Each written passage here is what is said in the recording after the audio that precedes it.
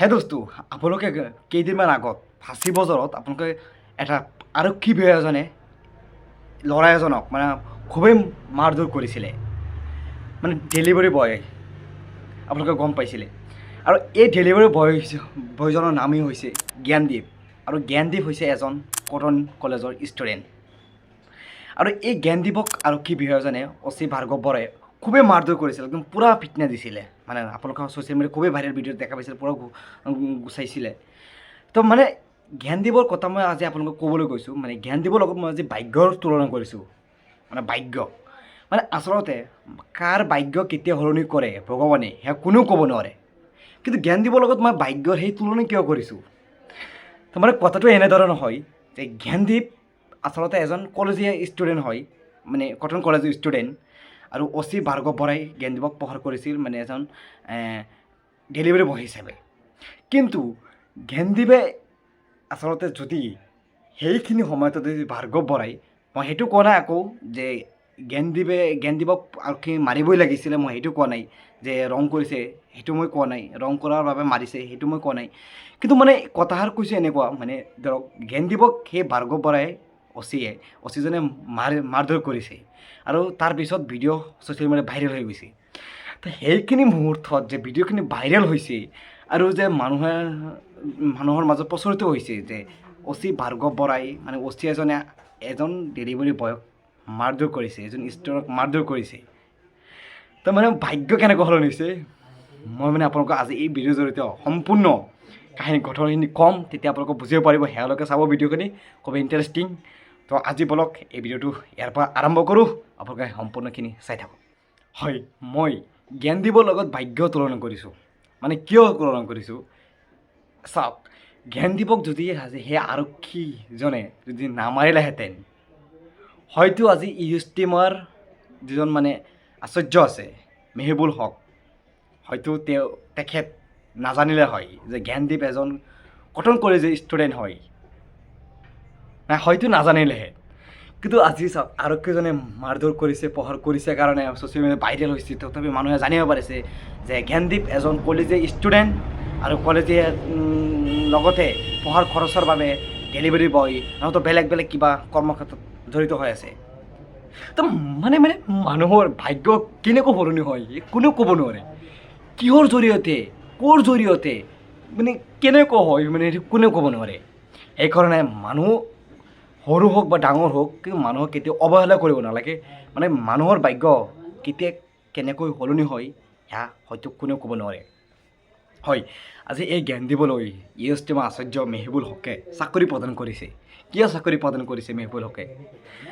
চাইছে জ্ঞানদীপ এজন ষ্টুডেণ্টৰ লগতে আকৌ আপোনাৰ এজন ভাল ষ্টুডেণ্ট বুলি ক'ব পাৰোঁ Gyandeep as a good student তো জ্ঞানদীপলৈ যেতিয়া নেকি জ্ঞানদীপৰ কথা জানিব পাৰিছে মানুহে মানে ইউষ্টিমা আচাৰ্য যেতিয়া জানিব পাৰিছে যে জ্ঞানদীপে পঢ়াৰ লগতে নিজৰ খৰচ ওলাবৰ বাবে বহুত কষ্ট কৰে তেতিয়া ভাবিছে যে আমাৰ ইয়াতে এখন চাকৰি দিব পাৰোঁ নেকি চাকৰিখন দি দিলে হয়তো খুবেই ভাল লাগিছে আনন্দিত লাগিছে আজি গোটেই অসমবাসী ৰাইজে এই জ্ঞানদীপৰ কাৰণে খুবেই দুখিত হৈছে যেতিয়া ভিডিঅ'খন ভাইৰেল হৈছে পূৰা মাৰধৰ কৰিছিলে কিন্তু মানুহে এটা কথা তেতিয়াই লক্ষ্য কৰিছে যে জ্ঞানদীপ এজন কলেজীয়া ষ্টুডেণ্ট মানে কটন কলেজৰ ষ্টুডেণ্ট হয় এনেকৈ পঢ়াৰ লগতে এনেকৈ খৰচ ওলাইছে তেতিয়া মানুহ আৰু দুখিত হৈছে সেয়া হয়তো বৰ্তমান আমাৰ সমাজত একদম খুব কমেই দেখা পাব আপুনি যে মানে আপোনাৰ যে পঢ়াৰ লগতে এজন ছাত্ৰ হওক বা এজন ল'ৰাই হওক কোনো কৰ্মক্ষেত্ৰত জড়িত হৈ থাকিব নিবিচাৰে সিহঁতৰ লাজ কৰে আৰু জ্ঞানদীপে সেই লাজ কৰা নাই জ্ঞানদীপে নিজৰ পঢ়াৰ খৰচৰ বাবে কিবা এটা কামত জড়িত হৈ আছে সেয়া হয়তো আমাৰ আজিৰ দিনত সেয়া জ্ঞানদীপৰ নিচিনা হ'ব লাগে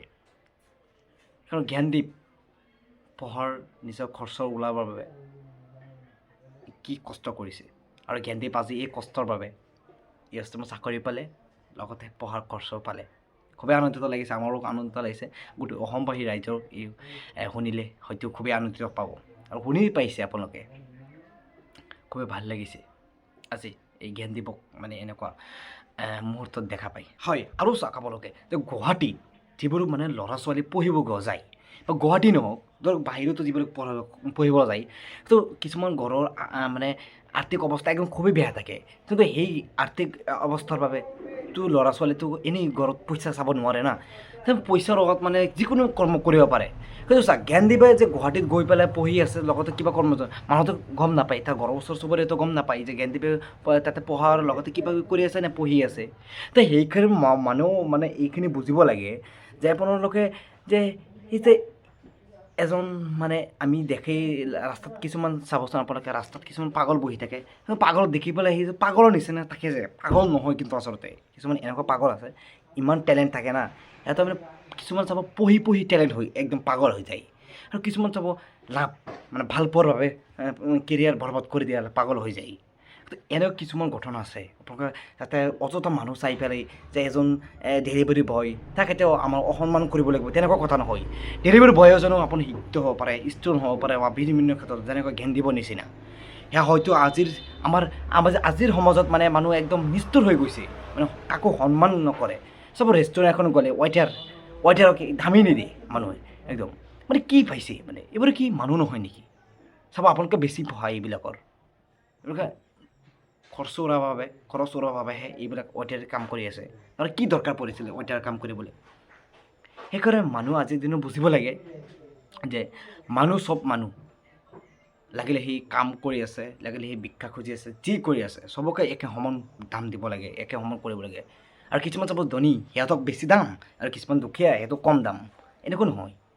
আৰু চবকে দিলে চবকে নিদিলে কাকো নহয় সেয়ে মই ক'ব বিচাৰিছোঁ মানে জ্ঞানদীপলৈ আন্তৰিক শুভেচ্ছা জ্ঞাপন কৰিছোঁ এই অষ্টমৰ এই যে আশ্চৰ্য তাকো মই আপোনাৰ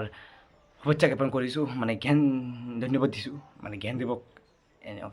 এনেকুৱা এখন চাকৰি দিয়াৰ বাবে খুবেই ভাল লাগিছে আজি শুনি পালি থেংক ইউ ছ' মাছ আজি এইখিনি আছিল ধন্যবাদ